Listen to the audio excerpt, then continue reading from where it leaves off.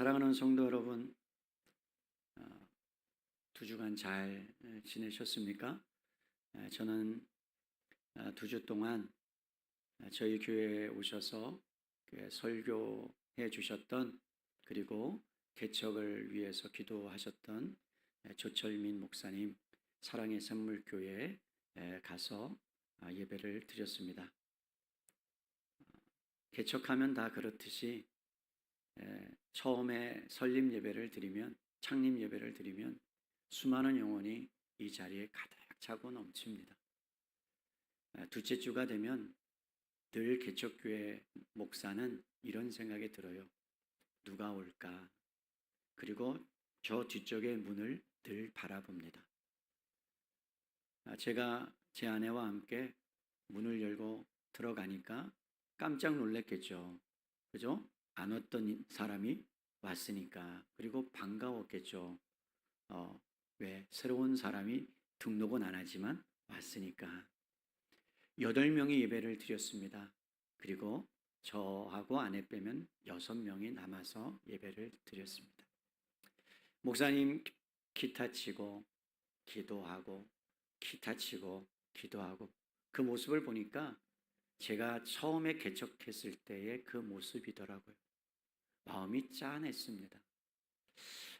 한편으로는 이 교회를 어떻게 쓸까라는 기대감, 한편으로는 다음 주에는 어떤 영혼을 하나님이 보내주실까라는 그러한 때로는 두려움, 염려, 근심, 그것이 동시에 제 마음에 있더라고요. 그래도 너무 감사하게 예배를 잘 드리고 목사님을 통해서 은혜를 많이 받았습니다.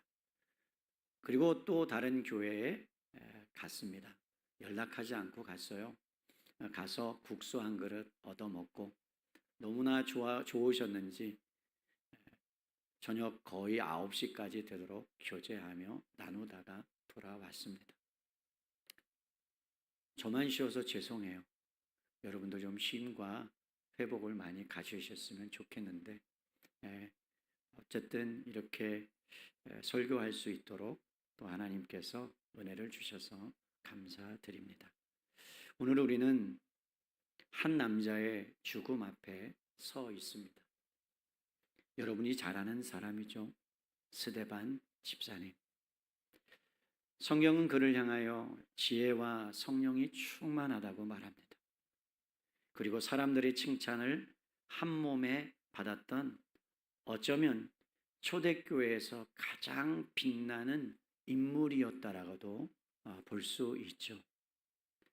스데반 집사님이 가는 곳마다 행했던 기적과 표적과 설교는 어쩌면 예루살렘에 있는 모든 사람들에게 뒤흔들릴 만큼 강력한 말씀이 선포되었습니다. 그리고 스데반 집사님을 성경이 표현하기를, 묘사하기를, 어쩌면 스데반 집사님의 모습이 교회의 미래가 되어야 되고, 그리고 교회의 모습이 되어야 되고, 교회의 희망이 되어야 한다는 것을 저는 본문을 묵상하면서 깨닫게 되었습니다. 그런데 아이러니하게도 이렇게 성령이 충만하고, 그리고 하나님을 사랑하고, 그리고 강력한 복음의 메시지를 전하며 살았던 그 인생이, 그의 이야기가 해피엔딩으로 끝나지 않더라고요. 여러분, 스데반 집사님은 자신의 신앙 때문에 예수님을 증거했다는 이유 하나만으로 분노한 군중이 던지는 돌에 쳐맞아 비참하게 죽습니다. 어쩌면 여러분, 이 세상의 관점으로 보면 이보다 더한 비극이 있겠어요? 여러분, 남들은 해코지 한 게 아니잖아요. 남들에게 피해를 준 게 아니잖아요. 예수님 믿고 살라고, 예수님 믿고 돌아오라고, 예수님 믿으면 그 안에 구원이 있다고, 이 인생을 이렇게 살아가면 망할 수밖에 없다고, 그러니까 당신들에게 복음이 필요하고 구원이 필요하고 예수가 필요하다라고 그렇게 강력하게 복음을 전하고 그들을 살리고자 했던 그 스데반 집사님, 여러분, 재능 있는 이 젊은 리더의 허무한 죽음을 우리는 보게 됩니다. 그런 생각이 들어요. 조금만 그냥 타협하지. 조금만 좀 뒤로 물러나서 예수님 잠깐만 계세요. 괜찮아요. 그냥 예수님 내가 이 정도만 하면 됐죠라고 타협했으면 좀 낫지 않았겠어요? 아니 좀 말을 아끼고 아주 강력한 메시지가 아니라 그냥 평범한 메시지를 전했으면 이런 지경에 이르지 않고 피할 수 있었을 텐데. 여러분 더군다나 하나님은 왜 침묵하셨을까요? 왜 사도행전의 다른 기적들처럼 천사를 보내셔가지고 베드로를 구원하고 바울 가운데 역사하셨던 것처럼 그를 구원해내지 않고 구출해내지 않을까요? 방패를 보내거나 아니면 다른 것들을 통해서라도 하나님이 그를 보호해준다면 그 한 연인 스데반 집사라는 한 인물을 통해서 너무나 놀라운 것들을 펼쳐질 수 있지 않았겠어요? 그런데 왜 하나님께서는 그렇게 하지 않으셨을까요? 어쩌면 사람들은 이것이 실패라고 하나님의 실패라고 단정 지있고 그렇게 말할 수도 있을 것 같습니다. 그러나 여러분, 이 스데반 집사님의 사건은 우리가 이해하지 못하는 더 깊은 진리가 숨겨져 있다는 것을 아십니까? 이 질문은 2000년 전에 스데반 집사님의 사건이 아니라 오늘날 우리가 살아가는 우리 모두의 질문이어야 된다는 거죠. 제가 존경하는 목사님으로부터 며칠 전에 글 하나를 받았습니다. 사랑하는 형제 자매 여러분, 이 메시지를 그냥 읽지 말고 마음 깊이 새겨주세요. 파키스탄에 있는 우리 그리스도 안의 형제 자매들, 교회의 사역자들, 그리고 아프간 난민들이 지금 인생에서 가장 어둡고 힘든 날들을 보내고 있습니다. 안전해야 될 집이 경찰이 들이닥칠까 두려워 안에서 잠겨 있습니다. 아이들은 두려움에 떨며 조용히 앉아 있고 가족 중 단 한 사람만이 떨리는 마음으로 조금이라도 먹을 것을 찾으러 밖으로 나갑니다. 경찰은 집들을 급습하고 아프간 사람들을 무더기로 잡아가 모욕하고 가장 가혹한 방법으로 추방합니다. 모든 페르시아어 학교들이 폐쇄되었습니다. 어제는 2명의 10대 소녀가 두려움과 절망 속에서 목숨을 끊었다는 가슴 아픈 소식을 들었습니다. 우리의 마음은 산산조각이 났습니다. 사람들은 먹을 빵도 없고 최소한의 생필품을 살 돈도 없습니다. 집들은 슬픔과 무거운 침묵으로 가득 차 있습니다. 아직 붙잡히지 않는 사람들은 눈물로 밤을 지새우며 내일이 어떻게 될지 모른 채 두려움에 살고 있습니다. 교회여, 지금은 침묵할 때가 아닙니다. 오늘은 기도할 때입니다. 중보할 때입니다. 하늘을 향해 손을 들고 이 소중한 영혼들을 위해 부르짖을 때입니다. 이 고통과 포로의 벽들은 여리고 성벽처럼 오직 기도와 외침으로 무너질 것입니다. 고 배영규 목사님께서 아프가니스탄에 선교 여행을 떠나고 그 가운데 순교를 당하며 놀랍게도 하나님께서는 아프가니스탄이라는 나라에 복음의 씨앗을 그를 통해서 뿌리게 하셨습니다. 곳곳에서 수많은 교회들이 생겨나고 믿는 사람들이 생겨나고 그리고 복음이 점점점 흥행하여 갈 때에 이제는 악한 사단들이 사람들을 통해서 예수 믿는 아프가니스탄 사람들, 예수 믿게 된 사람들을 핍박하며 추방하며 그렇게 고통스럽게 견디다 못해 죽어가는 사람들을 우리는 보게 됩니다. 저는 이 기도와 오늘 말씀을 준비하면서 우리의 인생이라는 시간을 어떻게 사용해야 마땅할까? 많이 살아야 100년이고 오래 살아야 120년 인생인데 우리의 재물과 우리의 재능을 어디에 쏟아부어야 가치 있는 인생이 될까라는 질문을 하게 되더라고요. 나는 대한민국이라는 나라에 그냥 핍박당하지 아니하고 언제든지 교회를 갈 수 있고 언제든지 문을 열면 예배드릴 수 있고 유튜브를 키면 언제든지 복음을 들을 수 있고 좋은 목사님의 말씀을 들을 수 있고 어딜 갈 수 있는데, 그러나 가지 못하는 그들의 인생, 그리고 제대로 예배를 드리지 못하고 그리고 공개적으로 예배를 드리지 못하는 그러한 삶에 상황 가운데 놓여 있는 인생을 보면서 참 우리는 복받은 인생인데, 하나님께서 이렇게 은혜를 베풀어 주셨는데, 그런데 이 은혜를 때로는 잊어버리며 살고 있는 그러한 모습을 보면서 하나님 앞에 죄송한 마음이 들더라고요. 그들은 생명을 놓고 생사의 길, 그 생사의 갈림길 앞에서 어떻게 해야 되나 그렇게 씨름하고 빵 하나가 없어서 죽을 고생을 하며 목숨을 걸고 그것을 구하러 가는 인생인데, 우리는 반찬이 넘쳐나고 배 따숩고 등 따스워서 기도하지 아니하며 그렇게 살아가는 인생임을 보며 저를 얘기하는 거죠. 너무 하나님 앞에 죄송하더라고요. 세상은 우리에게 낭비하지 말라고 속삭여요. 너 자신을 위해서 투자하래요. 안정을 추구하래요.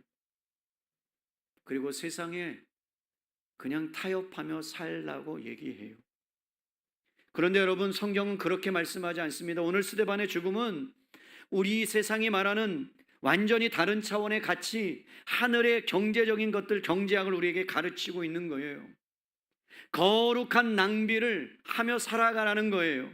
그것이 이 세상에서 가장 영광스러운 투자라고 성경은 우리에게 말씀하고 있는 겁니다. 사랑하는 성도 여러분, 여러분의 인생은 가치 있는 인생을 살아가고 있습니까? 여러분의 인생은 정말 하나님이 인정하는 인생을 살아가고 있습니까? 하나님이 보시기에 정말 여러분의 인생이 그래 그렇구나라고 하나님이 인정하실 만한 그러한 인생을 살아가고 있습니까? 저는 하나님 그 질문 앞에 자신이 없더라고요. 하나님, 나는 비록 목사지만 성도들에게 말씀을 전포하고 그렇게 말씀을 전하지만, 나도 때로는 안정을 추구하고 나도 세상의 가치 앞에 타협하고 싶은 마음이 내 안에 들어오고, 하나님이 이렇게 가라고 하면 때로는 그것이 싫어서 하나님 아닙니다, 나 이 길로 가고 싶습니다라고 그렇게 외치면서 살아가는 나의 모습이 어쩌면 스데반에게 주시는 말씀이 아니라 나에게 주님이 지금 오늘 하고 있는 말씀이라는 거죠. 하나님이 책망하시는 거예요. 여러분, 정말 가치 있는 인생, 하나님이 인정하는 인생을 살고 있습니까? 두려운 거예요. 하나님 앞에, 언젠가 하나님 앞에 섰을 때에 정말 하나님이 나를 안아주시고 잘했다 칭찬받고 그래 수고했다라는 그 말을 듣고 싶은데, 그런데 그렇지 못하는 나의 모습이 한없이 하나님 앞에 죄송하고 한없이 하나님 앞에 송구함을 느끼는 시간이었습니다. 사랑하는 성도 여러분, 한 번은 예수님께서 공생애를 사역하시면서 어떠한 사건을 기억하라고 하시는 몇 가지 사건이 등장합니다. 하나는요, 오늘 우리가 성찬 예식을 하는 사건이고요, 하나는요, 한 여인의 사건이에요. 한 여인이 예수님이 어느 집 안에 들어가셔서 이야기를 나누고 계십니다. 그런데 그 한 여인이 예수님이 계시는 곳에 몰래 들어옵니다. 그리고 자기 자신이 평생 동안 모았던 향유옥합을 갖고 옵니다. 왜 갖고 왔을까요? 시집 가야 되는데, 먹고 살아야 되는데. 근데 그의 마음속에, 그녀의 마음속에는 오로지 예수님에 대해 향한 마음밖에 없었던 거예요. 다른 것이 보이지 않는 거예요. 여러분, 그가 왔을 때 수많은 사람들이 수군거립니다. 왜 저 여자가 여기 있는 거야? 왜 죄인이 여기 있는 거야? 라는 이야기가 들려옵니다. 아랑곳하지 않습니다. 그것이 그와 상관이 없는 거예요. 죄인 맞습니다. 그럼에도 불구하고 죄인이라는 신분이 예수님 앞에 나가는 걸 못 막았다는 거예요. 예수님을 만나야 살고 예수님을 향하여 본인이 해야 될 것이 있다는 걸 알았다는 거죠. 그러면서 평생 모았던 값비싼 향유옥합을 단번에 깨뜨려요. 그리고 그것을 예수님 머리로부터 발끝에 이르기까지 쏟아 붓습니다. 향기가 여러분 온 방에 진동합니다. 온몸에 부흥을 받았을 때 예수님은 그것을 거부하지 않으셨어요. 그의 전 재산이었어요. 그의 목숨이었어요. 그게 예수님의 가치보다 가치 없다는 것을 알았어요. 그래서 그는 거룩한 낭비를 하는 겁니다. 누구를 위해요? 예수님을 위해요. 그런데 여러분, 그녀의 갑작스러운 행동을 지켜보던 제자들이 뭐라고 수군거립니까? 여러분, 낭비라는 거예요. 왜 그랬냐는 거예요. 그거 팔아다가 가난한 사람들에게 주면 훨씬 더 좋을 텐데, 고아와 가부를 돌아보면 훨씬 더 많은 일을 할 텐데 왜 굳이 그 아까운 것을 예수님 앞에 부어버리고 마냐는 거죠. 사람들은 몰랐습니다. 어쩌면 여러분, 제자들의 반응이나 거기 있는 모든 사람들의 반응이 당연할 수도 있을 것 같아요. 저 같아도 그 안에 현장에 있었으면 왜 그랬냐라고 여러분 책망했을지도 모르겠어요. 그렇게 하지 말라고, 그거 팔아서 좀 다른 사람을 위해서 좀 쓰라고. 그런데 여러분, 예수님 뭐라고 말씀하시는 줄 아십니까? 마태복음 26장으로 가보시면 이렇게 말씀하세요. 여러분, 놀라운 말씀이에요.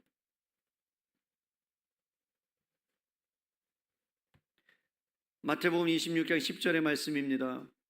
예수께서 아시고 그들에게 이르시되 너희가 어찌하여 이 여자를 괴롭게 하느냐. 여러분, 괴롭게 하지 말라는 거예요. 그가 내게 뭘 했다고요? 좋은 일을 했대요. 선한 일을 했대요. 예수님이 인정하신 일을 했다는 거예요. 사랑하는 성도 여러분, 제가 50년의 인생을 살아가면서 목사로서 부름을 받아 25년의 사역을 하면서 정말 하나님께서 인정하실 만한 내게 좋은 일을 했다. 제가 설교를 하고 예배를 인도하고 성경을 가르치고 제자 훈련을 하고 수많이 했던 그 모든 행위 가운데 과연 하나님이 인정하시는, 성도가 너가 정말 나에게 선한 일을 했구나라는 그 인정이 과연 몇 번이나 되었을까? 그러면서 예수님이 말씀합니다. 가난한 자들은 항상 너희와 함께 있거니와 나는 항상 함께 있지 아니하니라. 이 여자가 내 몸에 이 향유를 부은 것은 내 장례를 위하여 함이니라. 여러분, 이 여인이 예수님이 죽을지 안 죽을지 몰랐을지도 모르겠어요. 그러나 풍문으로 들었을 거고 소문으로 들었을 거고 예수님이 계속해서 말씀하셨으니까 어쩌면 그 마음속에 담아가지고 예수님이 언젠가 죽을 수도 있겠구나라는 생각을 했을지도 모르겠어요. 그러면 예수님을 만날 기회는 그것밖에 없다는 걸 깨달은 거예요. 그 예수님을 만나지 못하면 평생 만나지 못할 거라는 그러한 마음이 있었을 거예요. 그래서 여러분, 향유를 가지고 주님 앞에 나갑니다. 그게 마지막 찬스, 마지막 기회구나. 예수님을 향하여 내 모든 것을 드릴 수 있는 그 시간이구나라는 것을 그렇게 깨달았을지도 모르겠어요. 그러면서 이렇게 이야기하죠. 예수님이 여러분 놀라운 것을 선포합니다. 13절에 보세요. 내가 진실로 너에게 이르노니 온 천하에 어디서든지 이 복음이 전파되는 곳에서는 이 여자가 행한 일도 말하여 그를 기억하리라. 세상 사람들은 다 낭비라고 부릅니다. 가만히 있으라고 이야기합니다. 그렇게 하면 안 된다라고 말합니다. 그런데 여러분, 낭비라고 부른 그 행위가 예수님께서는 복음이다 말합니다. 여러분, 복음은요 그냥 예배 드리는 게 아니에요. 그냥 기도 드리는 게 아니에요. 여러분의 삶이 말씀 앞에서 주님이 가라 하시면 가고 멈추라 하면 멈추는 그것이 복음이에요. 그래서 예수님이 이 땅에 몸소 오신 겁니다. 죽으러 오신 겁니다. 그냥 말로 때우지 않았어요. 내가 너희를 사랑한다, 내가 너희를 위해서 죽겠다 말로 때우지 않고 오셔서 육신을 입고 가시관을 쓰고 갈기갈기 찢어지면서 여러분들을 향하여 구원을 베푸신 그 사랑, 여러분, 그게 복음입니다. 그런데 우리는요, 복음을 너무 값싸게 여겨요. 거저 받았으니까, 거저 줬으니까 받았으면 됐지 하면서 살아가는 인생이 얼마나 많습니까? 사랑하는 성도 여러분, 복음은 영원히 기억될 아름다운 일이라고 주님이 선언한 것처럼 스데반의 죽음은요, 세상의 눈에는요 가장 비극적인 낭비처럼 보이는 사건이에요. 그러나 하나님의 눈에는요 가장 영광스러운 예배의 순간이었다라는 것을 여러분 믿을 수 있기를 바랍니다. 여러분, 하나님께서는 스데반이 죽음에 이르게 된 직접적인 원인이 뭐였냐면 설교 때문이었어요. 아브라함부터 솔로몬에 이르기까지 이스라엘 역사를 요약한 장엄한 그러한 설교를 여러분 스데반이 합니다. 그런데 그 내용이 유대인들에게는 귀에 거슬리는 거예요. 도발적인 거죠. 혁명적인 거죠. 스데반은 무엇을 말하고 싶었던 걸까요? 여러분, 설교의 핵심은 이거예요. 단 한 가지. 하나님은 당신들이 만든 건물이나 제도 안에 갇힌 분이 아니다. 다시요. 하나님은 여러분들의 생각에 갇힌 분이 아니라는 거예요. 여러분의 잣대에 갇힌 분이 아니라는 거예요. 여러분이 마음대로 재단하는 분이 아니라는 거예요. 우리의 생각을 뛰어넘고 우리가 생각하지 못하는 모든 것을 뛰어넘는 그분이 하나님이라고 말씀합니다. 그런데 어느 순간에 우리가 하나님을 가둬버려요. 하나님, 나는 이렇게 하나님을 생각합니다.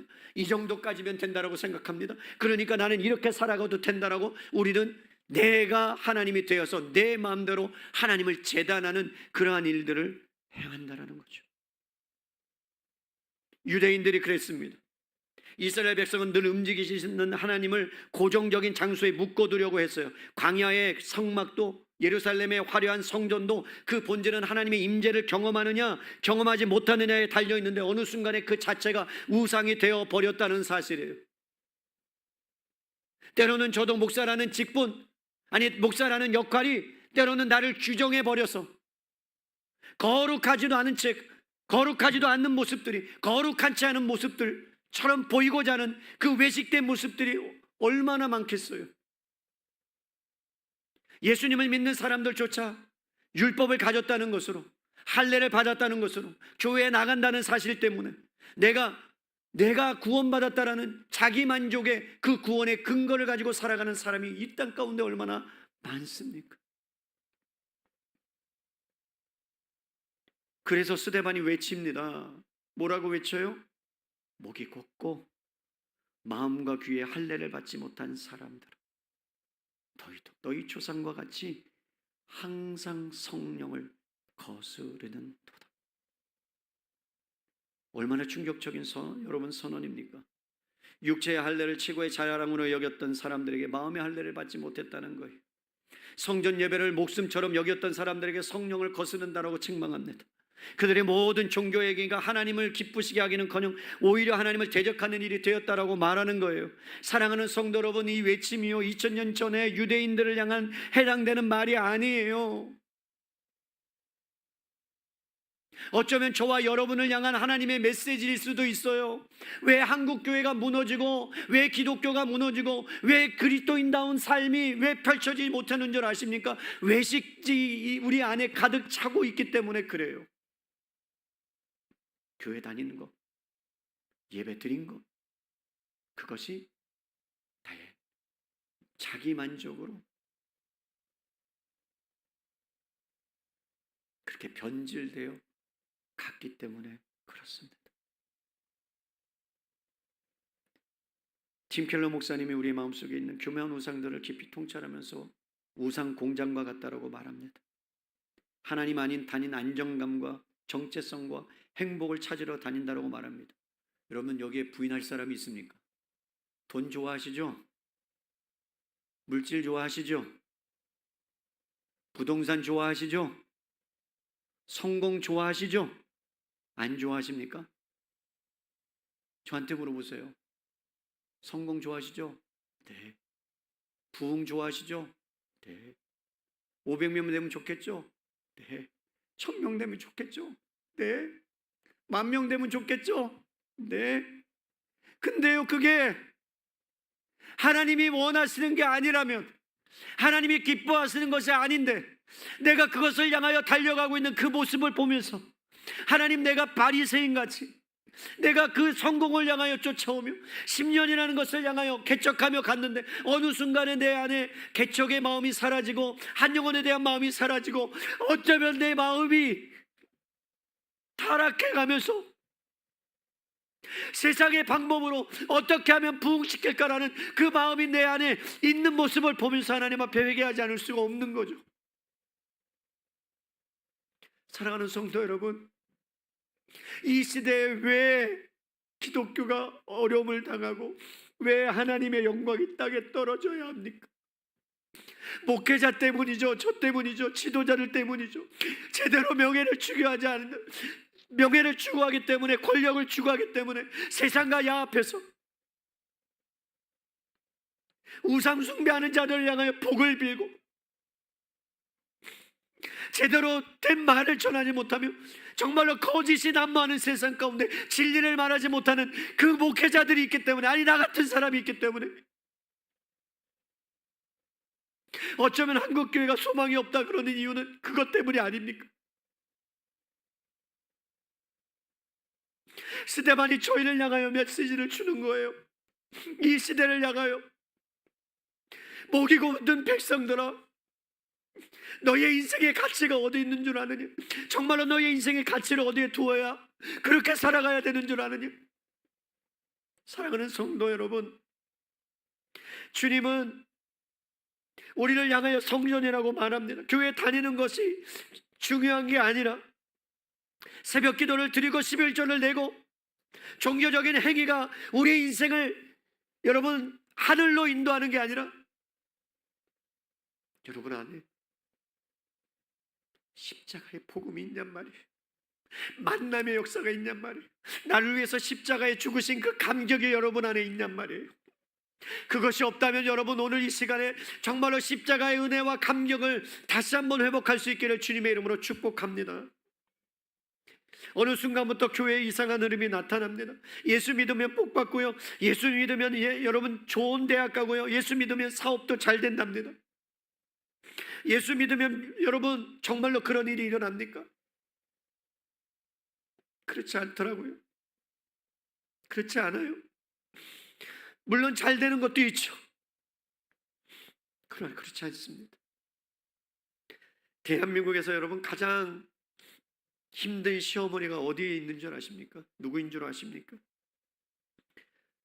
대한민국에서요 가장 힘든 시어머니는 세 가지를 갖춰야 돼요. 첫째는요, 강남에 살아야 돼요. 두 번째는요, 대학을 나와야 되고요. 세 번째는요, 교회를 다니시되 권사님이셔야 합니다. 이분이 정말 까다로운 시어머니입니다. 그분만 피해서 만나시기를 바랍니다. 결혼시킬 때 여러분 교양 있는 것 같고 믿음 있는 것 같은 권사님들도 놀랍게 혼수 문제 앞에서는 소용이 없더라고요. 제가 주례를 해달라고 해서 주례를 맡고 예수 믿지 않는 남자를 데려왔어요. 제가 그렇게 제자 훈련을 시켰고 그렇게 말씀으로 양육했던 분인데 남편이 의사입니다. 근데 의사랑 결혼시키고 싶어가지고 남자를 데려왔는데 군의관을 데려왔어요. 안 믿는 거예요. 여러분 자식 말릴 수 있어요? 없죠. 부모님 말릴 수 있어요? 없죠. 그래서 제가 그랬어요. 집사님, 제가 주례를 부탁해서 주례를 하겠습니다만 조건이 있습니다.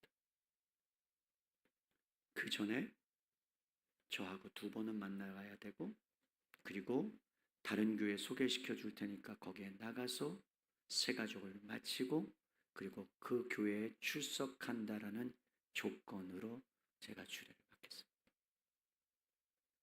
12월 25일 날 결혼 청첩장을 다 만들고 뿌렸습니다. 그리고 2주 전에 저한테 연락이 왔습니다. 목사님, 파혼했습니다. 아, 왜요? 왜요, 집사님? 아니, 시어머니 될 분이 5개를 갖고 오라고 하더라고요. 5개, 열쇠 5개, 아파트, 차. 그래서 도저히 안 되겠다고. 그런데 나중에 말이 참 마음에 깊이 박혔어요. 목사님, 그래도 아쉬워요. 그게 믿음의 빛날입니다. 여러분 잘 믿는다고요? 우리가 예수님 잘 믿는다? 아니요. 은혜 없이는 우리는 한순간도 살아갈 수 없습니다. 아멘입니까 여러분? 사랑하는 성도 여러분, 어느 순간부터 한국 기독교가 기득권층으로 유입되고 돈을 사랑하는 자들에게 들려지고, 그리고 교회 다니면 복받고 뭐 해도 잘 되고 하는 이상한 분위기는 많이 여러분 수그라들긴 했지만 여전히 우리 가운데 있습니다. 매일 새벽 기도 드리고 주님 앞에 나가서 기도하는 모든 전부의 여러분 기도의 제목은 다 달라는 것 아닙니까? 이것 해주세요, 저것 해주세요. 여러분 뭘 하셨는데요 하나님 앞에? 여러분 낯짝도 두껍지 않아요? 저한테 얘기하는 거예요. 뭘 그렇게 해달라고 그러세요?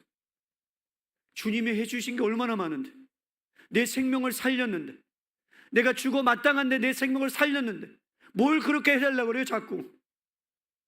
주님께 드린 것도 없으면서. 주님께 생명 내놔봤어요? 주님께 모든 것 드려봤어요? 주님 내 거 다 가져가서요 해봤어요? 여러분한테 소리 지른 거 아니에요? 저한테 하는 거예요. 시험 들지 마세요. 주님이 요구도 안 합니다. 너무나 아이러니한 건 주님이 요구도 안 하세요. 여러분 이 여인한테 달라 그랬어요? 향유옥합? 깨라 그랬어요? 그냥 예수님이 좋은 거예요. 예수님이 사랑스러운 거예요. 그래서 예수님을 정말로 믿음으로 고백하며 이 세상의 어떠한 가치와도 바꿀 수 없는 그 예수님을 발견한 거예요. 그 보화를 찾은 거예요. 그래서 그냥 어김없이 달려가서 그 향유옥합을 깨뜨리고 주님 앞에 드린 겁니다. 사랑하는 성도 여러분, 우리는요 스데반의 죽음을 들으면, 순교를 들으면 눈물을 흘리고 감동을 받을 수 있어요. 그러나 돌아서면 어떤 생각이 드는 줄 아세요? 나의 안정과 나의 행복과 나의 계획을 위해서 기도한 게 우리의 인생들입니다. 스데반처럼 깨어지는 게 두려워지는 거예요. 깨어져 버리는 게 두려운 거예요. 어쩌면 여러분 스데반이 고발했던 것은 뭐냐면 형식주의와 교만과 자기 만족의 우상을 그렇게 여러분 말씀을 통해서 깨트린 거라고 저는 생각합니다. 하나님을 사랑한다고 말하지만 실제로는 하나님을 이용해 먹는 인생, 목이 곧은 백성이 아닌지 우리는 우리 자신을 돌아봐야 합니다. 여러분 이 스데반의 설교를 듣고 유대인들이 마음에 찔렸습니다. 그런데 여러분 그의 반응은 놀랍게도 회개가 아니라 분노였습니다. 그 말을 들으면 좀 돌아가야 되잖아요. 그 말을 들으면 여러분 내가 잘못했다라고 무릎을 꿇어야 될 텐데 스데반을 성 밖으로 데려가서 돌을 던지기 시작합니다. 여러분 날카로운 돌들이 여러분 온몸을 찢기고 뼈를 부수는 끔찍한 고통의 순간을 지금 스데반이 당하고 있다고 생각해 보세요. 인간적인 여러분 시선으로 보면 완전히 절망과 저주 아닙니까? 바로 그 순간에 여러분 스데반이 놀랍게도 이 고통을, 이 비극을, 이 어려움을 여러분 이겨낼 수 있는 그 부분을 오늘 성경이 우리에게 말씀해요. 55절이에요. 오늘 본문 로마서 8장 55절입니다. 아니 7장 55절입니다. 스데반이 성령 충만하여 하늘을 우러러 주목하여 하나님의 영광과 및 예수께서 하나님 우편에 서신 것을 보고, 여러분 이 말씀에 잠시 머물러 보세요. 스데반이 성령 충만했습니다. 그가 받은 고난, 그가 받은 고통은 자신의 힘이나 능력으로, 의지로 고통을 이겨낸 것이 아니었어요. 여러분 우리는 똑같은 스데반과 연약한 인간입니다. 우리도 돌 맞으면 아플 거예요. 여러분 힘들 거예요. 그런데 여러분 성령께서 그를 붙듭니다. 그런데 육체의 고통보다 더 큰 하늘의 소망을 갖도록 성령님이 역사하시는 거예요. 아프지만 그러나 그 너머 있는 그 하나님의 영광을 그가 붙잡습니다. 하나님의 위로를 경험합니다. 여러분이 여러분의 인생의 가장 큰 고난과 시험을 마주할 때 여러분 자신의 힘이 아니라 여러분 안에 있는 하나님의 능력이 여러분들을 이겨낼 수 있게 만들어 가실 줄로 믿을 수 있기를 바랍니다. 여러분 우리의 힘이 아니에요. 우리의 능력이 아니에요. 여러분 안에 있는 성령의 역사만이 여러분이 당하는 고난과 고통 가운데서 우리를 이겨낼 수 있는 힘을 주시는 거예요. 여러분 우리가 인생 살면서 여러분 어떤 면에서는 정말로 한탄스러운 일이 있지 않습니까? 나의 힘으로는 해결할 수 없는 일이 있지 않습니까? 여러분 아무리 기도해도 여러분 이루어지지 않는 어떤 부분이 걸림돌 같은 게 있지 않습니까? 그런데 거기서 좌절하지 않는 이유가 뭐예요? 성령이 여러분 안에서 여러분을 붙들고 계시기 때문에 그렇다는 거예요. 여러분, 스데반은 성령께서 역사하셔서 그의 인생과 그의 마음과 그의 믿음을 붙듭니다. 그러면서 여러분, 스데반으로 하여금 어디를 바라보게 만듭니까? 오늘 다시 한번 55절에 하늘을 우러러 뭐 한다고요? 주목했다라는 거예요. 여러분, 스데반은요, 자신에게 날라오는 고난, 돌멩이를 주목하지 않았어요. 이 돌 맞으면 얼마나 아플까? 이 돌 맞으면 얼마나 아플까? 이 돌 맞으면 나 죽겠구나 생각하지 않았어요. 돌 맞는 거예요. 핍박 당하는 거예요. 그런데 여러분, 그 핍박 당하는 가운데 뭘 봤다고요? 하나님 나라, 하늘을 우러러 봤다는 거예요. 그 나라가 나를, 이 고난인 하나님 나라를 결코 삼키지 못한다. 하나님 나라는 반드시 이루어진다라는 그 믿음. 그래서 여러분, 사람들의 얼굴을 바라보지 않습니다. 여러분, 사람들의 소리를 듣지 않습니다. 이 땅의 고통에 눈을 들어서 하나님 나라의 영광을 바라보기 시작. 이게 믿음의 본질입니다.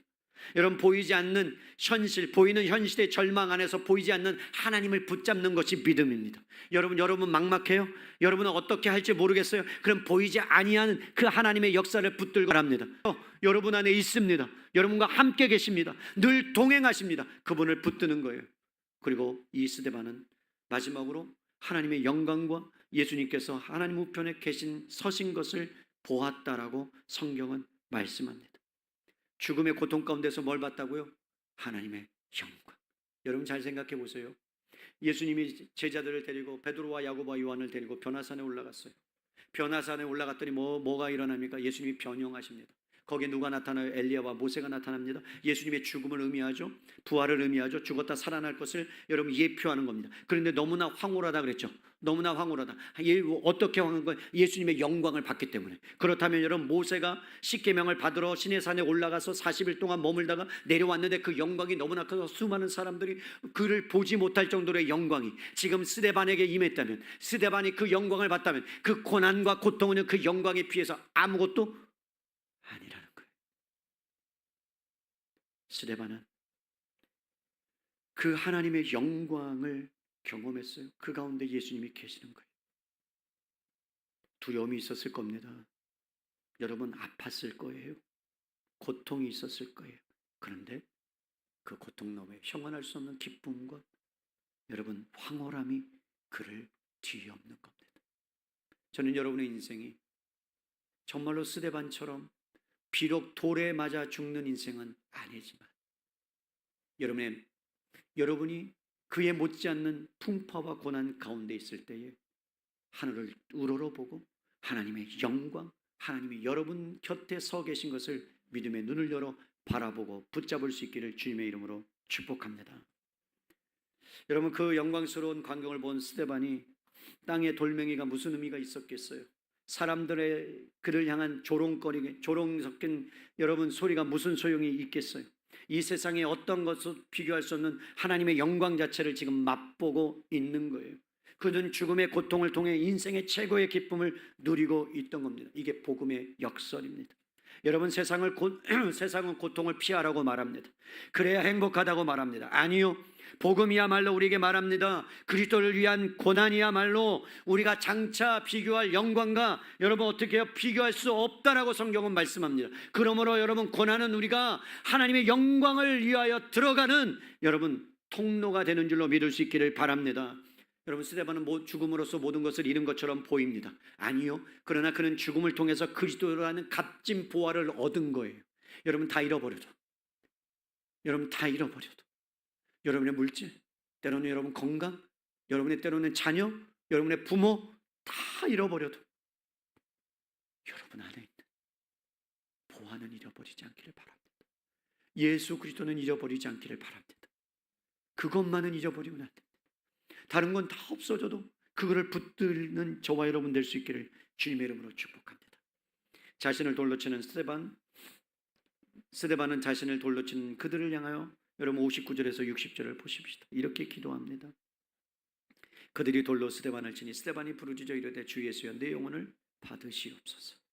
무릎을 꿇고 크게 불러 이르되 주여 이 죄를 그들에게 돌리지 마옵소서. 이 말을 하고 잡니다. 여러분, 십자가에서 아버지여 내 영혼을 주님께 의탁합니다. 저들의 죄를 사하여 주십시오. 자기들이 하는 것을 알지 못합니다라고 했던 예수님의 모습, 여러분 마지막 순간까지 스데반은요 자기 자신이 아닌 오직 예수 그리스도를 드러내는 삶을 살았어요. 그러니까 그의 삶 자체가, 여러분, 그가 걸어온 모든 삶의 한 발자국 한 발자국이 누구를 가리킨다고요? 예수 그리스도를요. 여러분, 그렇기 때문에 스데반은 질그릇에 불과한 사람이었습니다.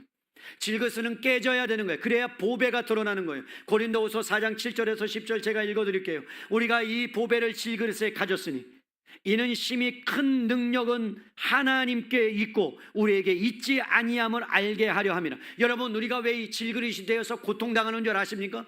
때로는 이 땅 가운데서 실패하는 것처럼 보이는 줄 아십니까? 왜 사람들에게 핍박을 당하고 어려움을 당하는 줄 아십니까? 여러분이 질그릇이라는 증거예요. 나의 힘으로 할 수 없다는 걸 보여주고 내 안에 깨트려져야만 뭐가 나타나니까? 진짜 그릇인 예수 그리스도가 나타나니까, 보배가 나타나니까. 그래서 여러분, 사람들로부터 오해받고 고통받는 그 순간에 예수 그리스도가, 예수 그리스도의 생명과 능력이 가장 밝게 빛나는 기회가 될 수 있다라는 것입니다. 그렇다면 여러분, 오늘 스데반의 이야기가 우리에게 무엇을 요구할까요? 돌에 맞아 죽으라고 한 걸까요? 여러분 다 돌에 맞아 죽으라면 죽을 수 있겠어요? 자, 1번 누구 나오세요? 2번 누구 나오세요? 죽겠어요? 못 죽어요. 여러분, 가시 하나 찔려도 어떤데요? 죽을 것 같잖아요. 가시 하나 찔려도 병원 가야 된다 그러고, 그죠? 죽을 것 같다 그러고. 여러분, 그런데 돌에 맞는 거 불가능합니다. 여러분, 우리는 돌에 안 맞게 하나님 불러주심에 감사할 수 있기를 바랍니다. 왜 그러느냐? 스데반은 돌에 맞아야만 되는 하나님의 계획 속에 있었던 거고요. 그의 부르심은 돌에 맞아 순교하는 게 부르심이에요. 그러나 우리는 돌에 맞아 죽는 부르심이 아니라 여러분 각자 다른 부르심이 여러분들에게 있는 줄로 믿습니다. 그러나 그 부르심은 동일합니다. 하나님이 부르셨다는 거예요. 여러분, 순교라는 것은 마르티스라는 단어예요. 증인이라는 단어예요. 여러분, 순교의 삶이라는 것은 잘 기억하세요. 나의 유익과 영광을 위해서 사는 삶을, 이제껏 그렇게 살았던 삶을 십자가에 못 박고 오직 예수 그리스도의 증인으로 살아가는 것을 의미합니다. 그러니까 여러분이 스데반이 순교의 삶을 살았다 그러면 와, 대단하다. 야, 스데반이 어떻게 그렇게 살 수 있을까? 나는 어떻게 그렇게 살아갈 수 없을까? 그게 아니고요. 스데반을 줌으로 우리가 여러분 약호가 죽으라고 성경을 주는 게 아니라 여러분의 부르심은 다른 부르심인데, 어떤 부르심이냐? 여러분, 직장에서 부당한 이익을 거부하고 여러분이 정직을 선택했을 때 그것은 세상의 가치관에 대해 순교하는 일입니다. 기억하세요. 여러분이 가정에서 여러분의 자존심을 내려놓고, 여러분 남편에 대해서 자존심을 내려놓고 아내에 대해서 자존심을 내려놓고 먼저 다가가 용서할 때 우리는 이기심에 대해서 순교하는 일입니다. 여러분, 때로는 나의 시간이 너무나 바쁜데, 그런데 여러분 성경에서 소외된 사람을 돌아보라고 했을 때 나의 안락함을 뒤로하고 그래서 그들을 돌보는 것, 안락함에 대한 순교입니다. 여러분, 순교는 다른 게 아니에요. 자녀가 세상의 성경보다 하나님을 더 사랑하는 사람으로 자라도록 기도하고 양육하면 세상의 욕망에 대한 순교가 바로 그 일이라는 거예요. 그래서 순교는 여러분 일상에서의 삶에서 살아내는 게 순교입니다. 그래서 바울이 말합니다. 나는 날마다 죽노라. 날마다 죽노라. 왜요? 죽지 않으면 그리스도가 드러나지 않기 때문에. 그래서 예수님이 말씀하는 거예요. 내가 그리스도와 함께 십자가에 못 박혔나니 그런즉 이제는 내가 산 것이 아니요 오직 내 안에 그리스도께서 사신 것이라. 여러분 안에 예수님이 살아 계십니다. 여러분들은 죽었습니다. 옆에 분에게 얘기하세요. 죽었습니다. 한 번 더 얘기해서요. 축하드립니다. 그리고 또 한 번 얘기해서요. 부활하지 마세요. 아니, 저기 가서 부활해야죠. 나의 자존심이나 이런 게 부활하면 안 돼요. 욕망이 부활하면 안 돼요. 말씀을 이제 정리하려고 합니다. 여러분, 스데반의 죽음은 끝나지 않았습니다. 죽음의 현장에 한 청년을 우리는 주목해야 합니다. 58절 보세요. 그들이 돌로 스데반을 치니 스데반이 부르짖어 이르되 주 예수여 내 영혼을 받으시옵소서. 무릎을 꿇고 이르되 이 말을 하고 자니라. 8장 1절 보겠습니다. 1절 우리 함께 읽어요. 시작. 그가 죽임당함을 마땅히 여기더라. 그날에 예루살렘에 있는 교회에 큰 박해가 있어 사도 외에는 다 유대와 사마리아 모든 땅으로 흩어지니라. 그러면서 58절에 성 밖으로 내치고 돌로 칠세 증인들이 옷을 벗어 사울이라는 청년의 발 앞에 두니라. 여러분 놀랍잖아요. 여러분 스데반은 자기의 그 죽음의 사건이 앞으로 어떻게 펼쳐질 걸 아무도 몰랐어요. 여러분 그 고난이, 그 고통이 어떻게 하나님께서 손에 들려져서 하나님의 손에서 어떻게 작업돼야 될지 여러분 스데반은 전혀 몰랐어요. 여러분 그 앞에 누가 서 있습니까? 사울이 서 있습니다. 그리고 사울이 여러분 그 스데반을 쳐서 죽이는데 앞장섰습니다. 그런데 여러분 스데반을 죽인 사울도 자기의 앞길이 어떻게 될 줄 몰랐어요. 하나님이 그 사울을 이방의 여러분 사도로 부르심을 받은 것을 그는 몰랐어요. 그런데 어느 순간에 다메섹으로 가다가 예수님을 만났을 때 여러분 그 스데반의 마지막 모습을 이 바울은 생생하게 기억합니다. 너가 왜 나를 핍박하느냐? 내가 언제 핍박했다고 그랬습니까, 주님? 스데반 쳐 죽인 것이 나를 핍박한 것. 여러분 사울이 얼마나 충격받았겠습니까? 그런데 놀랍게도 하늘의 미리 땅에 떨어져 죽었던 거죠. 스데반의 죽음이 생명이 사라진 것이 아니라 여러분 그 죽음을 통해서 위대한 바울 사도를 여러분 만들어내는 역사로 하나님이 써 버리시는 거죠. 낭비처럼 보였던 이 죽음이 여러분 오늘 마지막 8장 1절의 말씀처럼 주님이 1장 9절에 1장 8절의 말씀처럼 사마리아 온 유대와 사마리아와 땅끝까지 이르러 복음이 전하라는 그 말씀이 누구를 통해서 스데반의 죽음을 통해서 하늘의 미랄이 땅에 떨어져 죽지 아니하면 열매를 맺지 아니함 같이 땅에 떨어져 죽으면 많은 열매를 맺는데 그를 통해서 바울이라는 인생이 주님을 만나게 되고 그 바울을 통해서 아시아와 소아시아와 이 모든 세상 가운데 복음의 역사가 전파되는 놀라운 역사를 하나님이 계획하고 만들어 가셨다는 것 아닙니까?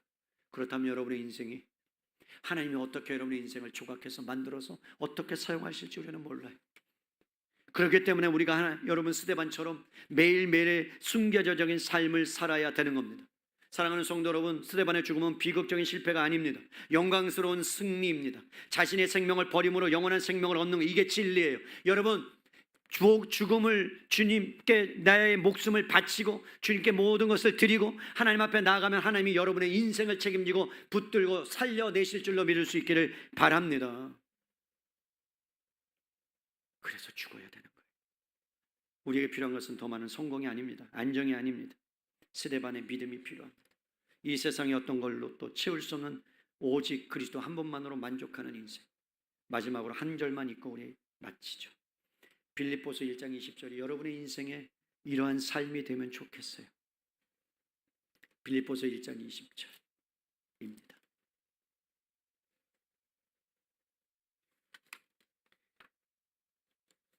우리 함께 읽겠습니다. 20절 시작. 나의 간절한 기대와 소망을 따라 아무 일에든지 부끄러워하지 아니하고 지금도 전과 같이 온전히 담대하여 살든지 죽든지 내 몸에서 그리스도가 존귀하게 되려 하려 하나니. 아멘. 살든지 죽든지 여러분 내 몸에서 여러분의 몸에서 그리스도가 존귀케 되는 그 순교의 자리, 깨어짐의 자리, 그것이야말로 낭비된 인생이 아니라 하나님이 인정하는 인생이 될 줄로 믿으시기를 바랍니다. 우리는 그런 인생 살아야 돼요. 그렇게 살아갈 때 하나님이 여러분의 인생을 붙들어 주시고 붙잡아 주시고 험한 인생길 가다가 지치고 넘어질 때에도 하나님이 여러분의 인생을 일으켜 세워 주실 줄로 믿습니다. 여러분 이번 한 주간 거룩한 낭비 인생 사시기 바랍니다. 아멘. 순교적 사랑으로 살아내는 저와 여러분 되시기를 주님의 이름으로 간절히 축복합니다. 아멘. 하나님 고맙습니다. 구원받을 만한 자격이 하나도 없는데 하나님 우연히 부른 것도 아니고 어쩌다 부른 것도 아니고 창세전에 우리를 하나님 품속에 놓다가 하나님 우리를 부르시고 하나님은 아버지라 부르게 하신 하나님 앞에 하나님 나의 인생의 최고의 가치가 주님임을 고백합니다. 때로는 그렇게 살지 못해도 그렇게 살고 싶은데 안 돼도 그래도 하나님은 여전히 우리를 사랑하시며 우리를 품어 안으시는 그 하나님 앞에 다시 한번 하나님, 우리의 인생들, 우리 성도님들을 붙들어 주셔서 그렇게 살 수 있는 힘과 능력들을 성령님 역사해 주셔서 이번 한 주간, 아니 주님이 오시는 그날까지 그렇게 살아내도록 주님 역사해 주시기를 간절히 소원합니다. 특별히 수술 후에 하나님 회복의 과정 가운데 있는 영혼들이 있습니다. 마음의 시험에 든 영혼들도 있습니다. 아버지 하나님, 그들의 영혼을 불쌍히 여겨주시며 긍휼과 자비를 베풀어 주셔서 주님 앞에 다시 한번 하나님 회복되는 역사가 있도록 주님 일하시고 역사하여 주시옵소서. 귀한 예물 올려드립니다. 소득의 11조를 드리고 직장이 있어 감사하고, 하나님 모든 것이 주님의 것입니다. 하나님, 나에게 맡겨주신 청지기의 사명을 감당하기에 원합니다. 감사 예물과 선교 예물과 구제 예물과 주일 예물과 세마 장학 헌금과 이 모양 저 모양으로 드린 예물 받으시고, 아버지 넉넉한 은혜, 나누고 베풀 만한 은혜도 허락하여 주시옵소서. 이제는 죄와 사망의 권세를 깨뜨리시고 부활 생명되어 주신 예수 그리스도의 은혜와 하나님 아버지의 극진하신 사랑하심, 성령님의 내주교통 역사 함께 하심, 거룩한 낭비의 인생을 살아가기를 원하는 은혜의 사랑에게 모든 성도님들 머리 위에와 한국교회 북한동포 세계열방과 성교사님들과 세마학교 다음 세대 위에 이제부터 영원토록 함께 있을지어다. 아멘.